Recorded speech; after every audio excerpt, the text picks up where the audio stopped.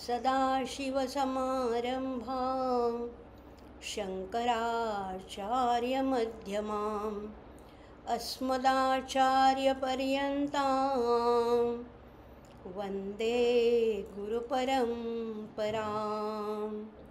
श्रुतिस्मृतिपुराणानाम् आलयं करुणालयं नमामि भगवत्पादं शङ्करल्लोकशङ्करं।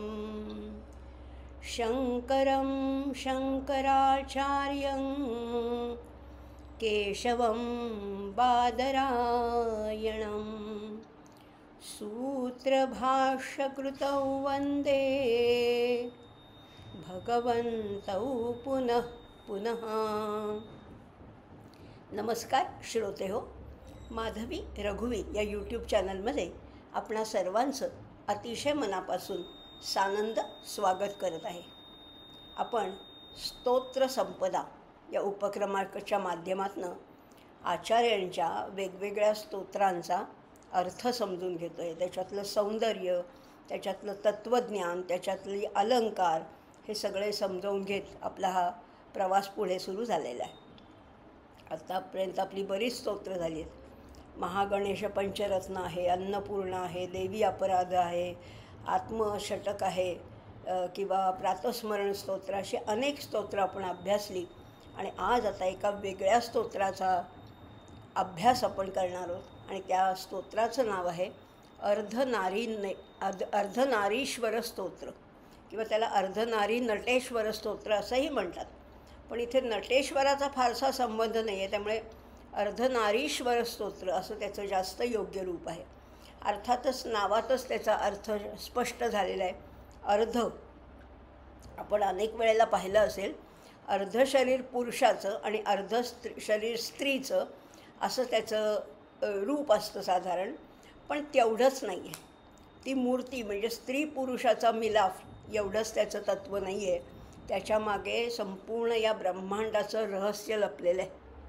हे ब्रह्मांड, ही सृष्टी, हे विश्व निर्माण तरी कसं झालं? आपल्याला आठवत असेल कदाचित, उपनिषदामध्ये, प्रश्नोपनिषदामध्ये एका शिष्याने पिप्पलाद ऋषींना प्रश्न विचारला होता की या सृष्टीची निर्मिती झाली तरी कशी? आपल्याला लहान मुलांनासुद्धा प्रश्न पडतात की आधी काय झालं, मी कसा झालो, किंवा एकूण ह्या सृष्टीची सुरुवात तरी कशी झाली, असे प्रश्न अध्यात्माच्या मार्गावर अनेकांना पडत असतात आणि खरं तर पडायला हवेत। प्रश्न पडायलाच हवेत आणि प्रश्नातूनच मग उत्तरं सापडत जातात। आणि असाच प्रश्न पिप्पलाद ऋषींना विचारला होता, तेव्हा त्यांनी एक व्यापक असं उत्तर दिलं होतं।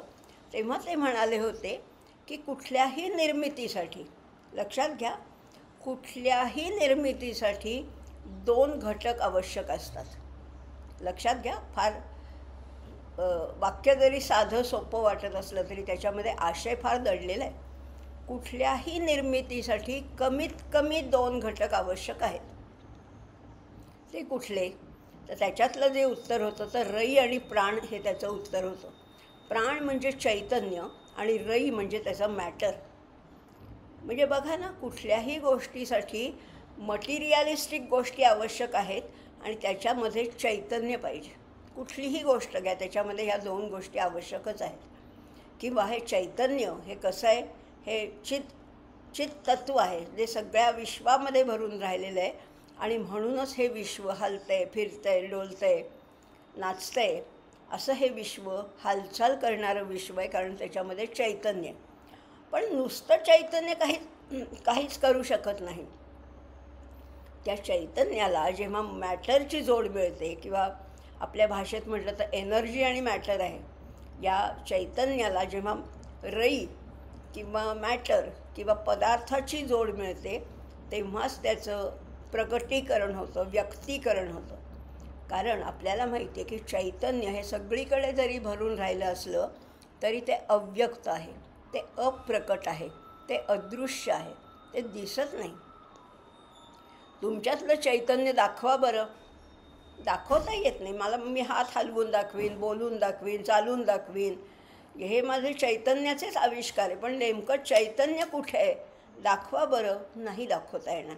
आणि म्हणून हे अव्यक्त चैतन्याचं व्यक्त रूप म्हणजे ही प्रकृती आहे.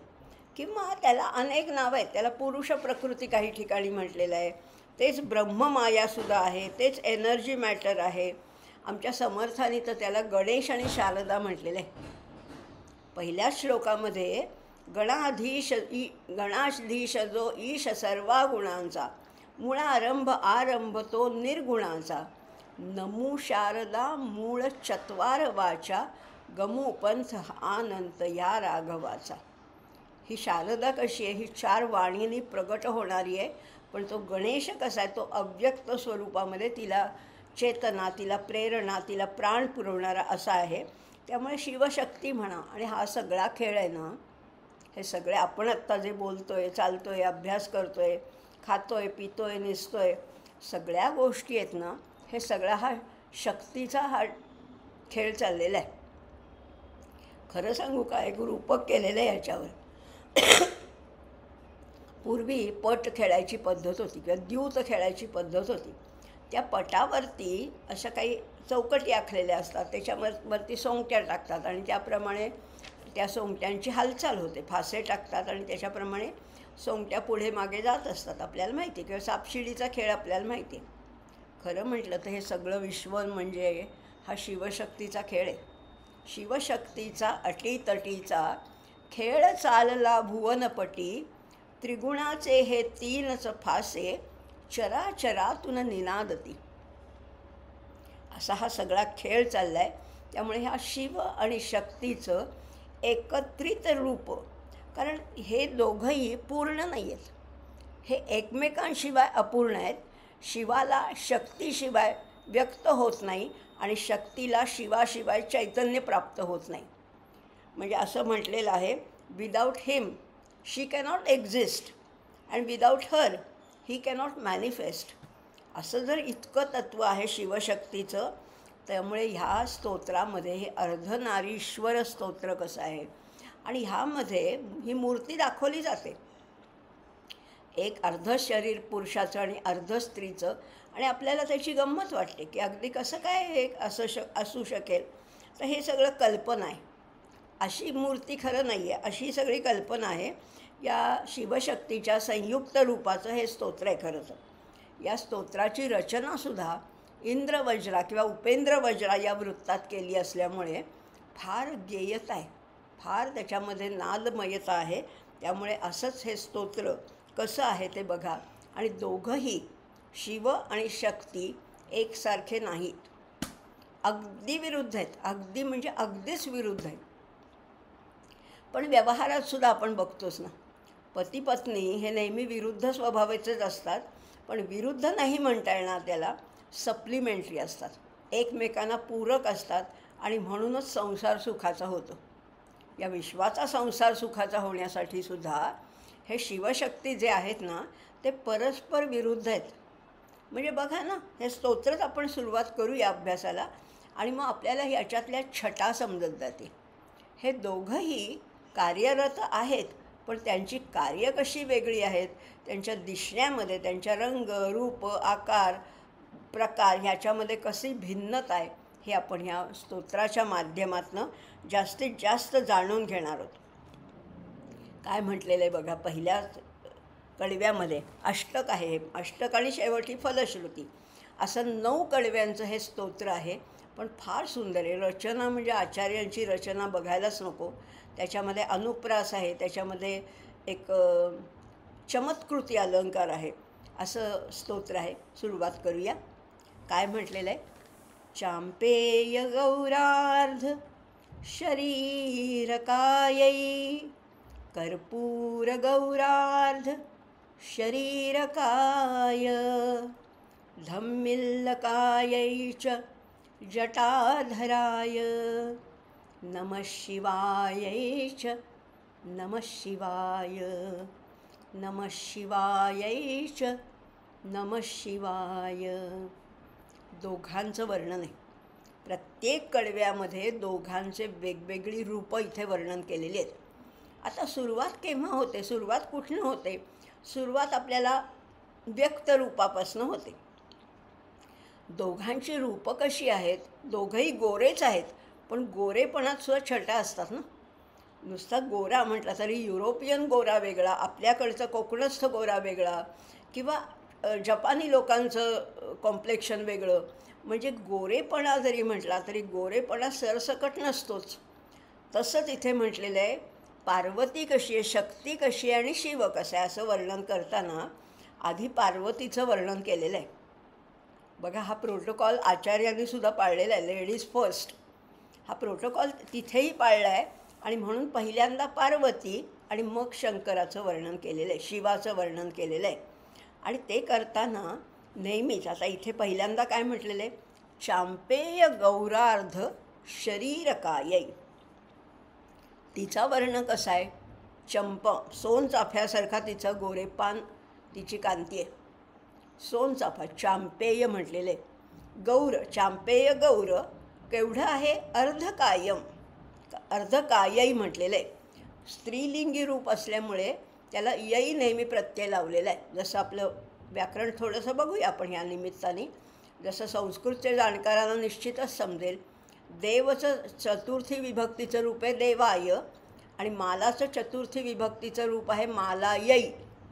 आता इथे स्त्रीलिंगी रूप जिथे जिथे वापरले तिथे यै येणार आहे आणि पुल्लिंगी असेल तिथे य येणार आहे. म्हणून पहिलीच ओळ आहे, चांपेय गौरार्ध शरीरकायै. पहिल्यांदा पार्वतीचं वर्णन आहे ना, शक्तीचं वर्णन आहे. आणि ती कशी आहे? सोनचाफ्यासारखी आहे. मग तो कसा आहे? तो काही काळा आहे का? नाही आहो, तोही गोरा आहे, पण त्याचा वर्ण कसा आहे? कर्पूर गौरार्ध शरीरकाय. कापरासारखा त्याचा वर्ण आहे. त्यामुळे तिचं जे वर्णन आहे ती सोनचाफ्यासारखी गोरी आहे आणि ह्याचं निम्म शरीर जे आहे ते कापरासारखं शुभ्र आहे. आता केसांचं वर्णन केलेलं आहे. आता वर्ण तर झाला, आता केसांचं वर्णन केलेलं आहे. केस कसे आहेत? हिचेही केस लांब आहेत, त्याचेही केस लांब आहेत. पण हिने काय केलं आहे? धम्मिल्लकायैच, एकत्रित त्याची आटोपशीर अशी वेळी बांधलेली आहे, अंबाडा बांधलेला आहे आणि त्याच्यावर मोगऱ्याचा गजरा घातलेला आहे. धम्मिल्लकायैच. आणि तो कसा आहे? जटाधराय. त्यांनी जटा कशा बशा आपल्या बांधल्यात. केस लांब असले तरी दोघांच्या पद्धतीमध्ये बघा फरक आहे. प्रकृतीमध्ये व्यवस्थितपणा आहे आणि चैतन्याकडे तो व्यवस्थितपणा नाही, किंवा शिवाकडे तो व्यवस्थितपणा नाही आहे. शक्ती मात्र, कारण हे प्रकृती आहे ना, शक्ती ही प्रकृती आहे आणि प्रकृती ही नीटनेटकीच असायला पाहिजे. असं ह्या दोघांचं वर्णन केलेलं आहे. आणि पुढे म्हटलेलं आहे नमः शिवायैच. पहिल्यांदा त्या शक्तीला वंदन केलेलं आहे. नमः शिवायैच नमः शिवाय. बघा, आता कळतो आहे अर्थ तुम्हाला. पण तरीसुद्धा जर समजला नसेल तर ह्याच संस्कृत मंत्राचा मराठी अनुवाद जो केलेला आहे धनंजय बोरकर यांनी, तर तोही आपण बघूया. सुंदर अनुवाद आहे. तुम्हाला एवढा अनुवाद जरी वाचला तरी कळेल. अर्थातच मूळ आचार्यांच्या स्तोत्राची गोडी ही वेगळीच आहे. त्यामुळे मूळ स्तोत्रही वाचावं आणि अर्थ कळण्यासाठी मराठी अनुवादही वाचावा. काय मराठी अनुवाद म्हणते? निम्मी तनू चंपक फूल गोरी. निम्मी तनू, अर्ध शरीर काय म्हटले ना. निम्मी तनू चंपक फूल गोरी निम्मी तशी. आणि निम्मी कशी आहे? निम्मी तशी कापूर शुभ्र सारी, कापरासारखी आहे. आता केसांचं वर्णन केलं आहे. खोपा कचांचा नि जटांस बांधी. तिने काय केलं आहे? आपल्या केसांचा छानपैकी अंबाडा घातला आहे, खोपा घातला आहे. आणि ह्यांनी मात्र कसे बसे केस एकत्र बांधलेले जटाधराय असं त्याचं वर्णन केलेलं आहे. मी तारिणी आणि हरासवंदी. शब्द बघा, मराठी अनुवादामधले सुद्धा शब्द फार सुंदर आहेत. तारिणी हे पार्वतीचं नाव आहे आणि हर हे शिवाचं नाव आहे. त्यामुळे शिवशक्तीला वंदन करताना म्हटलेलं आहे, खोपा कचांचा नि जटांस बांधी मी तारिणी आणि हरासवंदी. मी त्या शिवशक्तीला वंदन करत आहे असं त्याचं वर्णन केलेलं आहे. आता बघा, आपल्या लक्षात येत आहे की हे फक्त शंकर पार्वतीचं वर्णन नाही. या संपूर्ण ब्रह्मांडातलं, संपूर्ण सृष्टीतलं जे काही चैतन्य आहे ते शिवतत्व आहे. आणि जो काही पसारा दिसतो आहे, जो काही हा सगळा व्यक्त दृश्य स्वरूप जे दिसतं आहे, ती सगळी शक्तीचं स्वरूप आहे. शिवशक्तीचा अटीतटीचा खेळ चालला भुवनपटी, त्रिगुणाचे हे तीनच फासे चराचरातून निनादती. असा हा सगळा खेळ चालला आहे. आणि या खेळातले आपण बाहुले आहोत, कठपुतळे आहोत. त्यामुळे आपल्याला जसं नाचवलं जाईल तसं आपण नाचतो आहे. आपल्याला मात्र उगीचच वाटते की मीच काहीतरी करते. हा सगळा पसारा चालला आहे, हा सगळा खेळ चालला आहे. आता पुढे म्हटलेलं, आता हे तर झालं त्यांच्या रंगाचं आणि त्यांच्या केसाचं वर्णन. आता अंगाला काय लेपन केलेलं आहे बघा. काय म्हणतात आचार्य? कस्तूरिका कुंकुम चर्चितायै चितारजः पुंज विचर्चिताय कृतस्मरायै विकृतस्मराय नमः शिवायै च नमः शिवाय नमः शिवायै च नमः शिवाय. जिनी शरीरावर काय लेपन केलेलं आहे? कस्तुरी आणि कुंकवाचं लेपन केलेलं आहे. आणि ह्यांनी पण लेपन केलेलं आहे, पण ह्याच्या शरीरावर पट्टे ओढलेले आहेत. ते कशाचे पट्टे आहेत? चिताभस्माचे पट्टे ओढलेले आहेत. हिने व्यवस्थित ते कुंकुम, कस्तुरी याचं लेपन केले, ज्याच्यामुळे सुगंधित काया होईल आणि त्याला उजाळा मिळेल. ज्याला आपण उठणं म्हणतो तसं हिने लावलेलं आहे. सुगंधी द्रव्य लावलेली आहेत. आणि ह्याने मात्र कसे तरी आपल्या अंगावर त्या चिताभस्माचे पट्टे ओढलेले आहेत. म्हणजे बघा, लेपन करण्यामध्ये सुद्धा फरक आहे. नाहीतरी स्त्री पुरुषामध्ये हाच फरक आहे ना. स्त्रीला जो व्यवस्थितपणा किंवा जो पॉझेसिव्हनेस असतो किंवा आपलेपणा असतो तेवढा पुरुषाला नसतो साधारणपणे. हे अगदी काय असं विधान असं नाही करत आहे, पण साधारणपणे असं असतं. इथे काय म्हटलेलं आहे? चितारजः पुंज विचर्चिताय. बरं, त्यांनी भस्म लावले ते सुद्धा कुठले? चिताभस्म फासलेलं आहे. आणि असा जो आहे ती कशी आहे? कृतस्मरायच्या विकृतस्मराय. ती कशी आहे? स्मराला. स्मर हे मदनाचं नाव आहे. स्मर म्हणजे कामदेव, ज्या मदनाला जिने कार्यान्वित केलेलं आहे, मदनाला हिने ॲक्टिव्हेट केलेलं आहे. आणि ह्याने मात्र त्या मदनाचा नाश केलेला आहे. विकृतस्मराय, त्याला विकृत केलं, त्याला संपवलं, त्याचा संहार केलेला आहे. अशा पार्वती शंकराला मी नमस्कार करत आहे.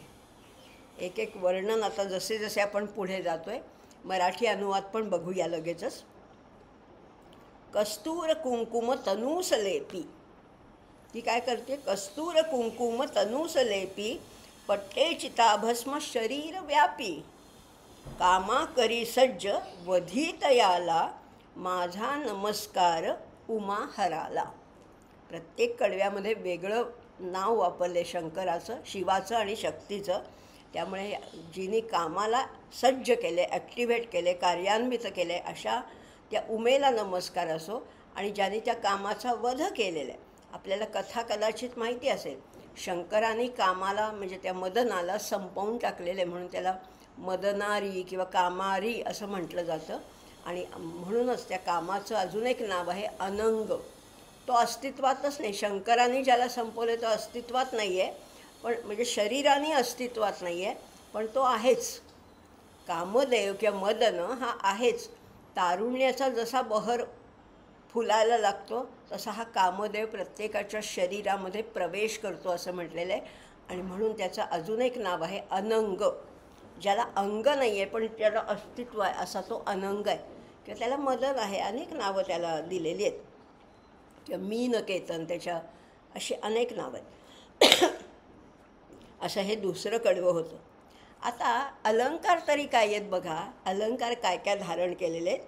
फार सुंदर आणि आचार्यांची ही रचना आहे ना, त्याच्यातलं जे शब्दचातुर्य आहे, शब्द माधुर्य आहे, ते बघा काय आहे. तिचे अलंकार काय आहेत आणि त्याचा आवाज तुम्हाला ऐकू येईल बरं का. आपल्याला आत्ता कानामध्ये तो गुंजायला लागतो. काय आवाज आहे. झणत क्वणत कंकण नूपुरायै. झणत क्वणत झंकार. कसा झंकारतोय. नूपुराचा झंकार आहे आणि काकणाचं कोणत आहे. किणकिण आपण म्हणतो ना, काकणाची किणकिण आहे.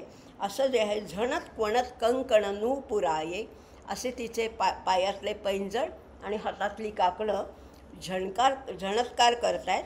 आणि ह्याच्यामध्ये सुद्धा आवाज येतो आहे. ह्याने काय अलंकार धारण केलेत.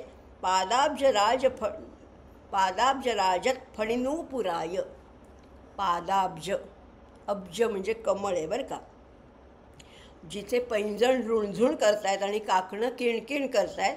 आणि हा कसा आहे, ज्याच्या पदकमलावर पादाब्ज, पाद म्हणजे पाय आणि अब्ज म्हणजे कमळ, ज्याच्या पदकमळावर त्यांनी पण काहीतरी घुंगरू धारण केलेत. ते कुठले आहेत. फणिनूपुराय. फणी म्हणजे सर्पाची पैंजणं त्यांनी घातली आहेत पायात. आपल्याला माहिती आहे शंकराचं शिवाचं स्वरूप कसं आहे.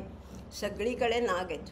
गळ्यामध्ये नाग आहेत, हातामध्ये नाग आहेत, पायामध्ये नाग आहेत, कमरेला नाग आहे, वरती जटा बांधल्यात तिथे नाग आहे. इथे ह्याच्याही नूपुराचा, ह्याच्याही पैंजणाचा आवाज येतो आहे. तिचा आवाज कसा आहे. तिच्या पैंजणाचा आवाज झणत कोणत झंकार आहे, किणकिण आहे. आणि ह्याच्या नूपुराचा आवाज कसा आहे.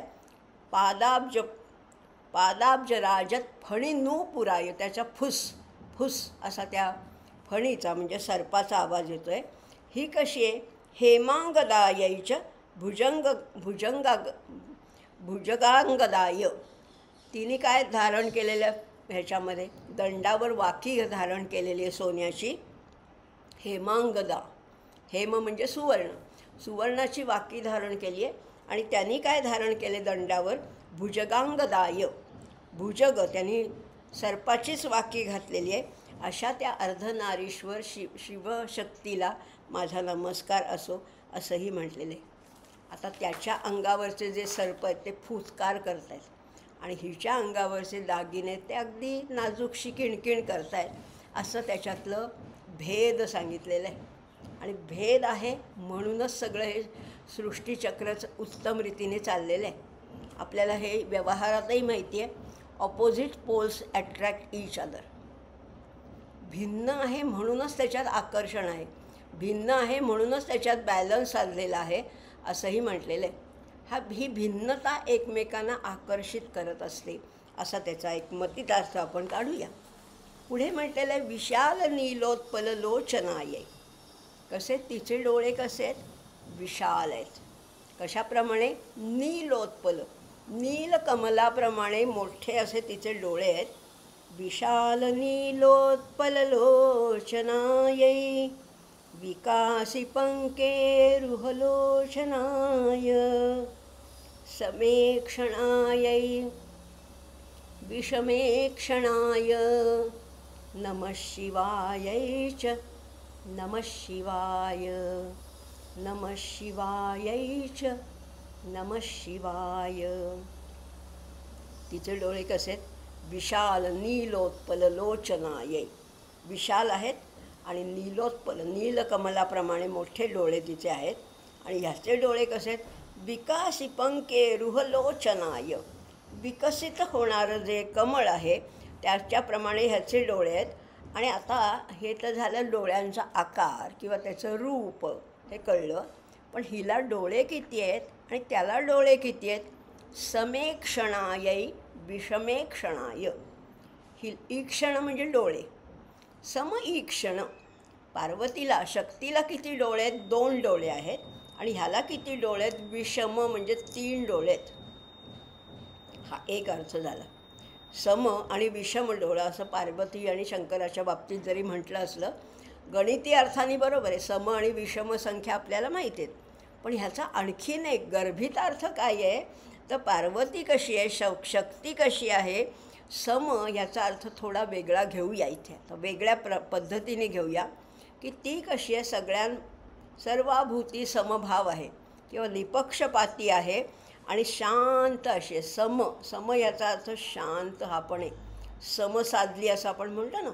सम म्हणजे शांत, निपक्षपाती, सगळ्यांना समान मानणारी अशी शक्ती आहे. आणि तो कसा आहे, विषमेक्षणाय, तो अतिशय उग्र आहे. विषम ह्याचा अर्थ उग्र असा आहे.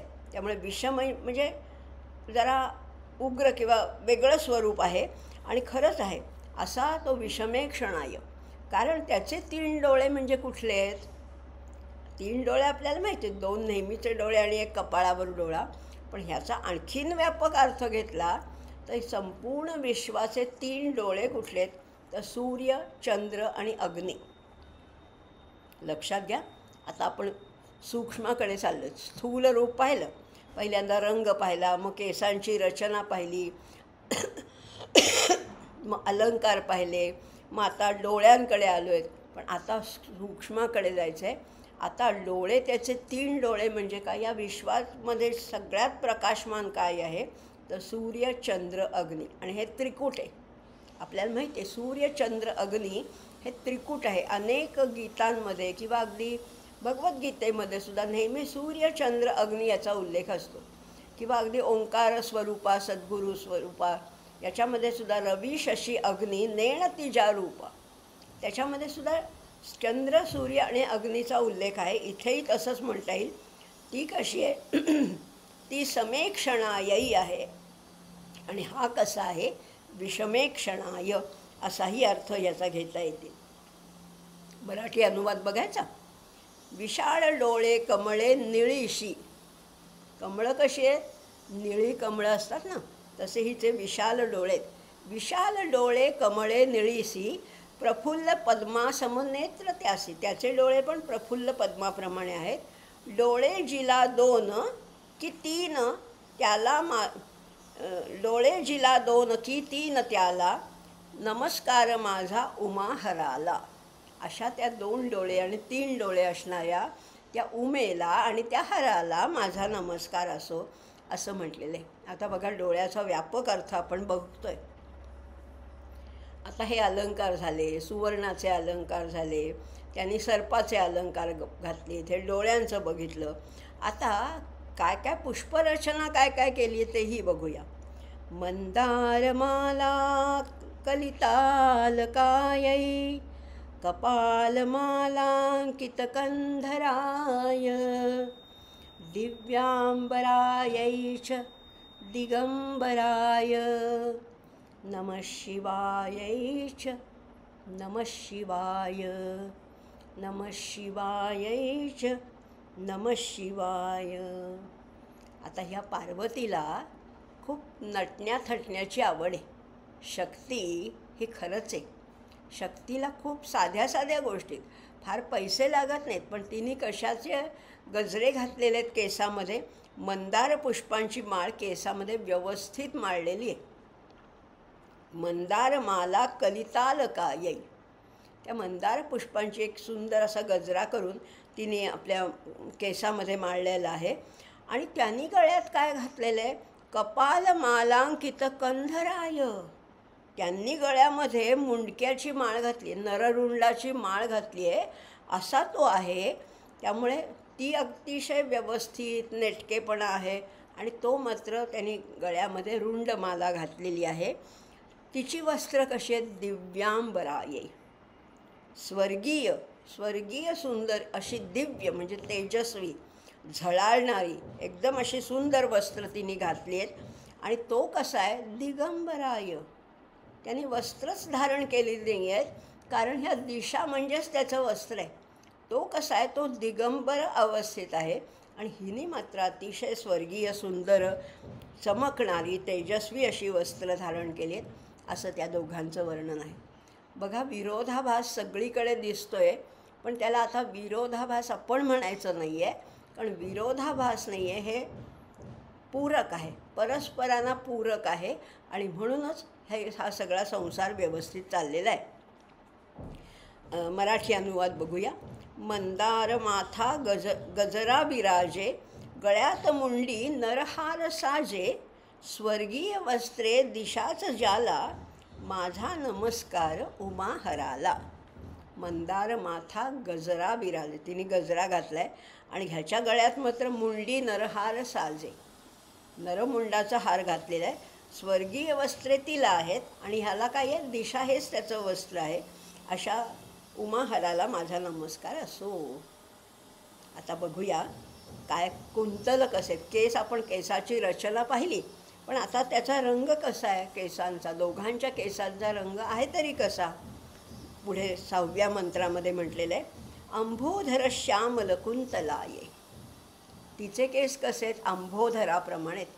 अंभ म्हणजे पाणी, अंभोधर म्हणजे पाणी धारण करणारे काळे मेघ असतात ना, तसं तिच्या केसांचा रंग आहे. काय म्हटलंय बघा, अंभोधर श्यामल कुंतलायै, तडित्प्रभाताम्रजटाधराय, निरीश्वरायै निखिलेश्वराय, नमः शिवायै च नमः शिवाय, नमः शिवायै च नमः शिवाय. तिचे केस कसे आहेत, मेघाप्रमाणेच. पण मेघ म्हणजे निळे ढग नाही, पांढरे ढग नाहीत, काळे ढग की ज्यांनी पाणी धरून करून ते अगदी ओथंबलेले आहेत. जलानी ओथंबलेल्या काळ्या मेघाप्रमाणे जिचे केस आहेत अशी ती आहे. आणि ह्याचे केस कसे आहेत, तळीत प्रभाताम्र जटाधराय, तांबूस आहेत. कसे तांबूस आहेत, जेव्हा काळ्या आकाशामध्ये एखादी वीज चमकून जावी ना, वीज अशी लक्कन चमकून जाते, तेव्हा एकदम एक थोडासा तांबूस प्रकाश एकदम पडतो. तसे याच्या जटांमध्ये तांबडी छटा आहे, लालसर छटा आहे. त्यामुळे ह्याचे केस आहेत तळीत प्रभाताम्र जटाधराय असे आहेत, असे तांबूस केस आहे. बरं, ती कशी आहे, निरीश्वरायै निखिलेश्वराय. निरीश्वरा, तिला म्हटलेले निरीश्वरा म्हणजे तिच्यापेक्षा दुसरा कोणी श्रेष्ठ नाही. ईश शब्दाचा अर्थ आपण मागे पाहिला होता, आठवत असेल तुम्हाला. ईशन शक्ती म्हणजे नियंत्रण करणारा, कंट्रोल करणारा, शासन करणारा असा तो ईश्वर. आता ही कशी आहे, ही शक्ती कशी आहे, हिच्या वरचढ कोणी नाही आहे. कारण शिव आणि शक्ती हे सारखेच आहेत, हिच्यापेक्षा श्रेष्ठ कोणी नाही. त्यामुळे तिला भूमा असंही म्हटलेलं आहे. त्यामुळे ती कशी आहे, निरीश्वरा आहे आणि तिला नमस्कार असो, निरीश्वरायै. आणि हा कसा आहे, निखिलेश्वराय. सगळ्यावर साम्राज्य कुणाचं चालतंय, शासन कुणाचं चालतंय, शिक्षा करणारा कोण आहे, हा शिवच आहे. म्हणून त्याला निखिलेश्वर म्हटलेले. म्हणून तिलाही नमस्कार असो, तिच्यापेक्षा श्रेष्ठ कुणी नाही. आणि हा तर सगळ्या जगताचा स्वामी आहे, म्हणून या दोघांनाही नमस्कार असो असं ह्याच्यात वर्णन केलेलं आहे. मराठी अनुवाद बघूया. संपृक्त मेघां समकेस काळे. शब्द बघा काय सुंदर वापरलेत मराठीत सुद्धा. मेघ कसे आहेत, संपृक्त आहेत. म्हणजे आता इतकं पाणी आता त्याच्यामध्ये भरलं की कधीही ते ढग फुटून खाली पाणी वर्षा होणारे. संपृक्त म्हणजे सॅच्युरेटेड असे मेघ आहेत. आणि इथे अंभोधर म्हटलेले, जलधर असे तिचे केस काळे आहेत. जटा रुपेरी जणू वीज खेळे. त्याच्या जटा कशा आहेत, रुपेरी जटा आहेत आणि त्याच्यामधनं असे मध्येच तांबूस छटा आहे. कुणी न मोठा दुसरा नियंता. हिच्यापेक्षा दुसरा कोणी मोठा नाहीच आणि ह्याला कोणी नियंता नाही आहे. ह्याच्यापेक्षा वरचढ, ह्याच्यापेक्षा श्रेष्ठ कोणी असू शकेल का, कोणीच नाही आहे. त्यामुळे हा सगळ्यात श्रेष्ठ आहे. अशा सगळ्यांना नमस्कार असो असं म्हटलं. बघा आता किती सुंदर वर्णन केलेलं आहे या दोघांचं. एकमेकांशिवाय दोघंही अपूर्ण आहेत. आपण अगदी हीच कल्पना कालिदासाने सुद्धा आपल्या ह्याच्या काव्यामध्ये वापरलेली आहे की जेव्हा मेघदूताचं वर्णन केले तेव्हा त्यांनी म्हटलेले वागर्थाविव संपृक्त वागर्थ प्रतिपत्तये जगतः पितरौ वंदे पार्वती परमेश्वरो. बघा, हा पार्वती आणि परमेश्वर हे संयुक्त रूप आहे, ते एकमेकांपासून वेगळं करता येत नाही. जसं वाणी आणि त्याचा अर्थ एकमेकापासून वेगळं करता येईल का? नाही ना. समजा मी आत्ता सूर्य म्हटलं, तुमच्या डोळ्यासमोर सूर्य आला ना. मी गाय म्हटलं, तुम्हाला गाय दिसायला लागली. तुम्हाला शब्द नाही दिसला, ग ला काना गा आणि मय असं नाही दिसलं, तुम्हाला गाय दिसली. मी गाय म्हटल्याबरोबर तुमच्या मनात गाईचं चित्र आलं, सूर्याचं चित्र आलं, माशाचं चित्र आलं. म्हणजे वाणी आणि तिचा अर्थ एकमेकामध्ये इतके एकरूप झालेले आहेत. तसेच अगदी तसेच या जगताचे जे माता पिता आहेत म्हणजे शिवशक्ती आहेत, ते इतके एकरूप झालेले आहेत. आणि मला जर का कोणत्याही कठीण अशा पद्याचा स्तोत्राचा अर्थ जाणून घ्यायचा असेल तर मी यालाच वंदन करायला पाहिजे ना. म्हणून त्या पहिलाच मंत्र आहे वागर्थाविव संपृक्त. वाणी आणि अर्थ जसे संपृक्त आहेत तोच अर्थ वागर्थ प्रतिपत्तये. त्या वाणीचा त्या शब्दाचा अर्थ मला समजावा म्हणून जगतः पितरं वंदे.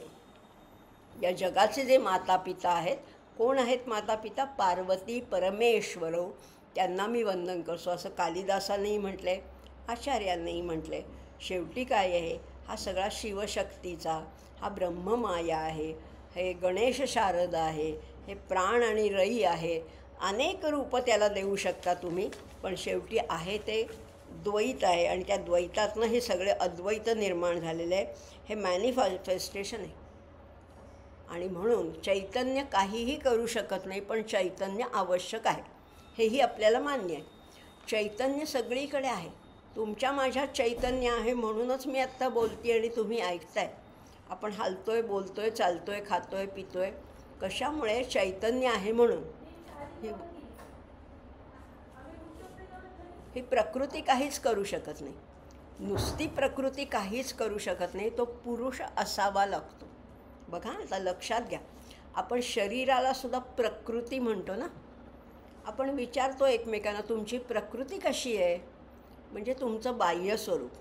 तुमचा आत्मा कसा आहे खरं म्हणत नाही, पण आत्मा आहे म्हणून प्रकृती काम करते. तो आहे त्याच्या निर्देशनाखाली, त्याच्या शासनाखाली ही सगळी प्रकृती काम करते आहे.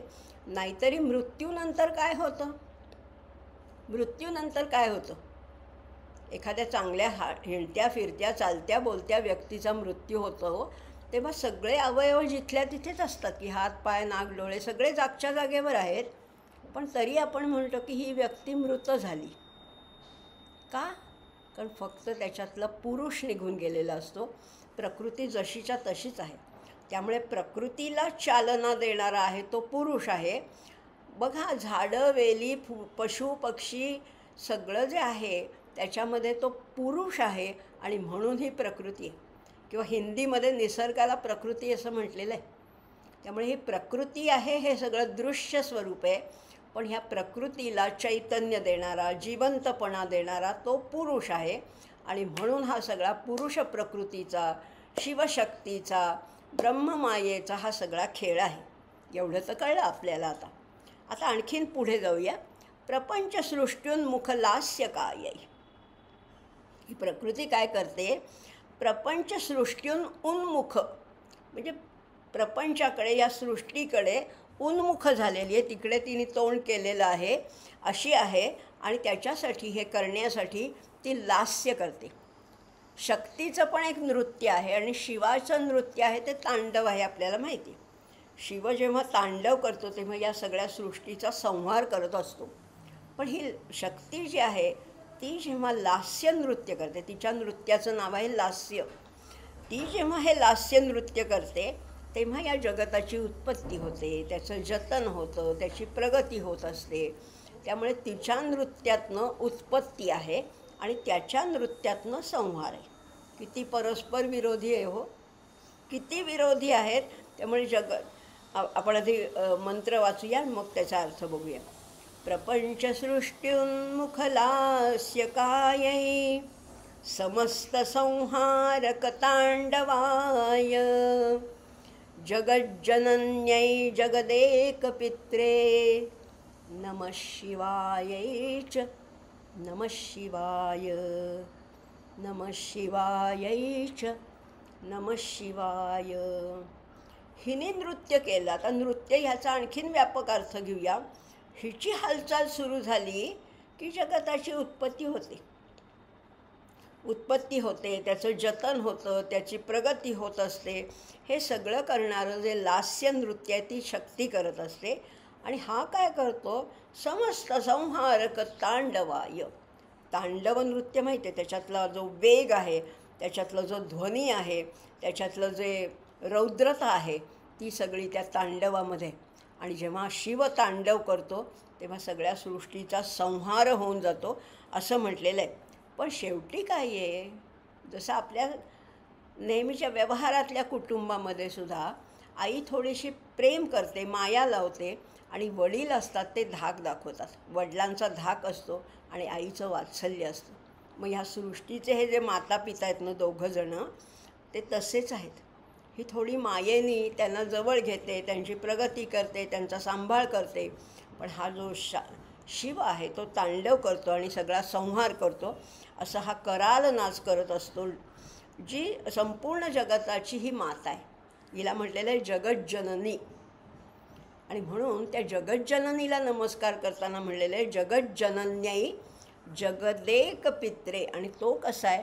या जगताचा पिता आहे. ती जननी आहे आणि हा जनक आहे. ती माता आहे आणि हा पिता आहे. अशा पार्वती शंकराला मी नमस्कार करतो असं म्हटलेलं आहे. मराठी अनुवादामध्ये काय म्हटलं बघूया.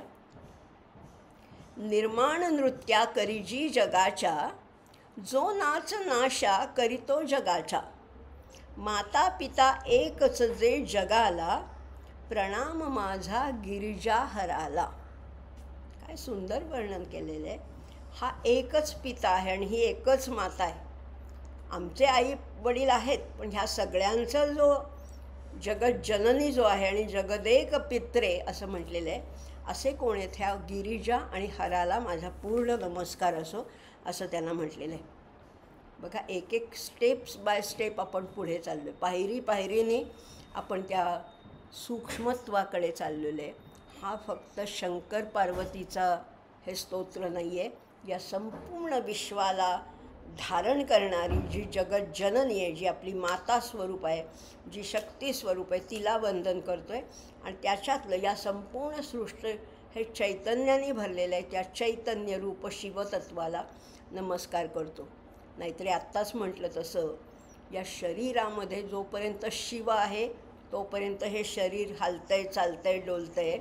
पण जेव्हा शिवतत्व जाईल तेव्हा ह्याच शरीराची, याच प्रकृतीचं शव व्हायला वेळ लागत नाही. त्यामुळे हा शिवशक्तीचा खेळ आहे. पण तिच्याशिवाय त्याचं चालत नाही. त्याच्याशिवाय तर तिला अस्तित्वच नाही आहे. पण तिच्याशिवाय तो व्यक्त होऊ शकत नाही. म्हणजे चैतन्याला एक साधी टाचणीसुद्धा उचलता येत नाही. एवढा जो खेळ चाललेला आहे, एवढ्या सृष्टीमध्ये व्यापार चाललेला आहे, एवढ्या घडामोडी चालल्या आहेत, ह्या चैतन्याच्या जोरावर जरी चालल्या असल्या तरी प्रत्यक्ष चैतन्य एकही गोष्ट करू शकत नाही. त्याला करण्यासाठी, त्याला व्यक्त होण्यासाठी त्या प्रकृतीचा, त्या शक्तीचाच आधार घ्यावा लागतो असं म्हटलेलं आहे. आता पुढचं 8वं कडवं काय आहे बघूया. प्रदीप्तरत्नोज्ज्वलकुण्डलायै स्फुरन्महापन्नगभूषणाय शिवान्वितायै च शिवान्विताय नमः शिवायै च नमः शिवाय नमः शिवायै च नमः शिवाय. आता हिने काय घातलेलं आहे? प्रदीप्त रत्नोज्ज्वल कुंडलाय. कानामध्ये काय घातलेत? कसले डूल घातलेत? तेजस्वी खड्यांमुळे, रत्नामुळे अतिशय दीप्तिमान तेज, अशा तेजाच्या प्रभा फाकते त्याच्यातनं. असे सोन्याचे डूल जिने घातलेली आहेत. आणि ह्याने पण कानामध्ये काहीतरी भूषणं घातलेलं आहे. पण कुठले भूषण घातलेत? स्फुरन महापन्नग भूषणाय. पन्नग म्हणजे सर्प. कुठला सर्प आहे? महापन्नग. महा म्हणजे अतिशय मोठे सर्प त्यांनी कानामध्ये धारण केलेत. आणि नुसतेच ते गप्प बसलेत का? नाही. स्फुरन, फुत्कार करतायत, फुत्कार टाकतायत, असे धावून येत आहेत. त्यामुळे चंचल आणि मोठ्याले साप हे ज्याचे दागिने आहेत, अशाही त्या शंकराला मी नमस्कार करतो. आणि हिच्या कानातले जे कर्णभूषण आहेत त्याची प्रभा फाकते, तेजस्वी प्रभा सगळीकडे पसरली आहे. आता ही कशी आहे? शिवान्वितायै. आत्ताच मी म्हटलं ना, एकमेकांशिवाय अपूर्ण आहे. अन्वित म्हणजे सामावलेली आहे किंवा त्याच्यामध्ये पूर्ण लिप्त होऊन गेली, मिसळून गेलेली आहे. कशामध्ये? शिवामध्ये ती मिसळून गेलेली आहे आणि तो तिच्यात मिसळला आहे. ती शिवान्वितायै आहे आणि तो शिवान्विताय. इथे शिव आहे आणि पुढे शिवा आहे. शिवा म्हणजे शक्तीच. शिवाची जी अंगीभूत शक्ती आहे तिला शिवा म्हटलेलं आहे. त्यामुळे तीही शिवान्वित आहे, ती शिवान्विता आहे आणि हा शिवान्वित आहे. या दोघांना नमस्कार असो असंही म्हटलेलं आहे. बघा आता काय, थोडा मराठी अनुवाद बघू म्हणजे आणखीन स्पष्ट होईल. तेजे मणिमंडित डूल शोभे. मणिमंडित डूल घातलेत तिने कानात. तेजे मणिमंडित डूल शोभे, ज्या दागिना चंचल साप लाभे. चंचल, हलणारे, फुत्कार करणारे, वळवळ करणारे असे जे साप आहेत ते जणू काही ज्याचा दागिना आहे असा तो आहे. हरासवेजी सहजास श्वेता. ती कोणाबरोबर आहे? ती कायम त्या हराच्या बरोबर. हर म्हणजे शंकर, शिव. आणि तो कोणाबरोबर आहे? सहजास श्वेता. श्वेता हे पार्वतीचं नाम आहे. उमेश शंभूस प्रणाम आता. त्या उमेला, त्या शंभूला आता मी प्रणाम करतो असं म्हटलेलं आहे. असं हे 8 कडव्यांचं, 8 मंत्रांचं अतिशय म्हणजे माधुर्य असणारं असं हे स्तोत्र आहे. आशय तर घनगंभीर आशय आहे, पण तरी त्याच्यातलं माधुर्य फार वेगळे. नमः शिवायैच्या नमः शिवाय असं वारंवार म्हटलेलं आहे. आणि त्यांचं एक एक गुणवर्णन करत किंवा एक एक घटकाचं वर्णन करत आपण पुढे चाललेलं आहे. म्हणजे त्याचा रंग पाहिला, त्याचे केस पाहिले, त्यांचे डोळे पाहिले किंवा त्यांचे दागिने पाहिले, त्यांच्या पुष्पमाला पाहिल्या. हे सगळ्या बघत बघत आपण पुढे चाललो आहे. आणि पुन्हा पुन्हा हे आपल्या अंतःकरणावर ठसण्यासाठी आचार्य पुन्हा पुन्हा आपल्याला सांगतात, नमः शिवायैच नमः शिवाय, नमः शिवायैच नमः शिवाय. आता हे स्तोत्र कळलं तर आम्हाला थोडंसं तरी कळलं की बा हे सृष्टी चालक जो कोणी आहे आणि ती शक्ती जी त्याची आहे, या दोघांना वंदन वारंवार केलेलं आहे. पण हे जर का आम्ही नेहमी आमच्या पठणामध्ये असेल, दैनंदिन आमच्या आचरणामध्ये जर का हे स्तोत्र आणायचं झालं तर त्याचं काही फलश्रुती आहे का नाही किंवा श्रुतिफल आहे का नाही काही, ते बघूया. आता शेवटचं 9वं कडवं आहे. एतत् पठेत मिष्टदंयो भक्त्या समान्यो भुवी दीर्घजीवी. हे जे अष्टक आहे, हा जो कोणी भक्तिपूर्वक अंतःकरणाने जो कोणी याचं पठण करेल त्याला काय मिळणार आहे? तो या पृथ्वीवर दीर्घायुष्य प्राप्त करेल, दीर्घजीवी, दीर्घायुष्य प्राप्त करेल. आणि काय मिळेल त्याला? प्राप्नोती सौभाग्यम मनंत कालम. त्याला सौभाग्य प्राप्त होईल. किती काळपर्यंत? अनंत काळापर्यंत. आणि भूयात सदा तस्य समस्त सिद्धी. आणि सगळ्या सिद्धी त्याला प्राप्त होतील असं म्हटलेलं आहे. असं हे जे 8 श्लोक जर का तुमच्या नित्य पठणात असतील तर दीर्घायुष्य लाभेल, सगळ्या सिद्धी प्राप्त होतील, दीर्घायुष्य मिळेल, मानमरातब मिळेल, सद्भाग्य प्राप्त होईल, असं सगळं मिळणार आहे. आणि मराठी अनुवादामध्ये म्हटलेले, जो इष्टदायक या 8 श्लोका गायीतया मान मिळेल लोका.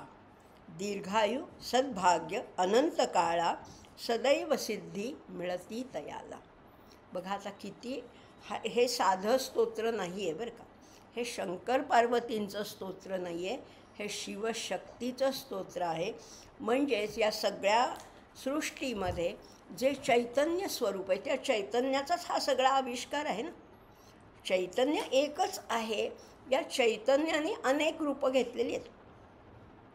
म्हणजे पशुपक्षी, सिंह, ससा, हे डोंगर, नद्या, काय सगळ्यामध्ये तेच तत्त्व भरून राहिलेलं आहे. सगळीकडे तेच तत्त्व आहे, पण ह्या रूपं मात्र त्याची अनेक आहेत. आणि जी जी रूपं आहेत, जे जे दृश्य स्वरूप आहे, ते सगळं जे आहे ते शक्तीचं स्वरूप आहे. आणि जे दिसत नाही आहे, जे अव्यक्त आहे, जे अप्रगट आहे, जे अदृश्य आहे, ते शिवतत्व आहे.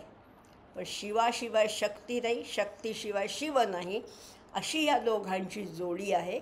आणि म्हणून वंदन करायचंच झालं तर ह्या जोडीला वंदन करायचं आहे, या द्वंद्व जे आहे त्याला वंदन करायचं आहे.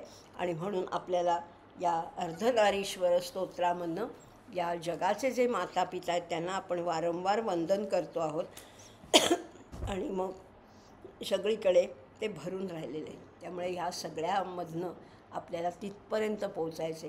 हे जे चैतन्य, मागच्या वेळेला आपण आत्मषटकामध्ये सुद्धा हेच तत्त्व थोड्या वेगळ्या प्रकाराने, मी कोण आहे, मनोबुद्ध, त्याच्यामध्ये सुद्धा आपण पाहिलं होतं. कोहमचा शोध घेतला होता आपण, किंवा सेल्फ रिअलायझेशन म्हणजे काय आहे, मी आहे तरी कोण, हे बघताना सुद्धा आपण पाहिलं होतं की चैतन्य, मी कोण आहे, चिदानंद रूप शिवोहम शिवोहम. किंवा अगदी आजच्या काव्यामध्ये बघायचं झालं तर न मन हो, न बुद्धी, न चित अहंकार, न जिव्हा, न नासिका, कर्णद्वार, न चलता न सुनता, न चलता न रुकता, न कहता न सुनता, जगत चेतना हो अनादि अनंता. अशी जी जगत चेतना आहे, जे जगतातलं चैतन्य आहे, ते अव्यक्त स्वरूपात आहे.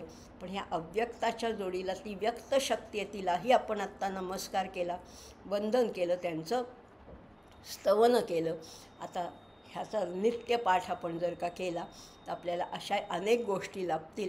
आणि त्याच्यातलं जे तत्त्व आहे, त्याच्यातलं जे मर्म आहे, ते हळूहळू का होईना आकलन होणार आहे.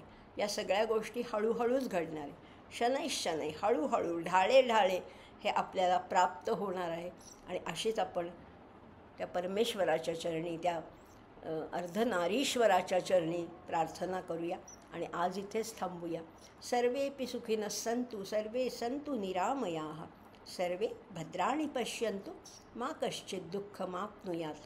ओम शांती शांती शांती. धन्यवाद. चाम्पेय गौरार्थ शरीरकायै, कर्पूर गौरार्थ शरीरकाय, धम्मिलकायै च जटाधराय, नमः शिवायै च नमः शिवाय, नमः शिवायै च नमः शिवाय. कस्तूरिका कुंकुम चर्चितायै, चितारजः पूंज विचर्चिताय, कृतस्मराय विकृतस्मराय, नमः शिवायै च नमः शिवाय, नमः शिवायै च नमः शिवाय.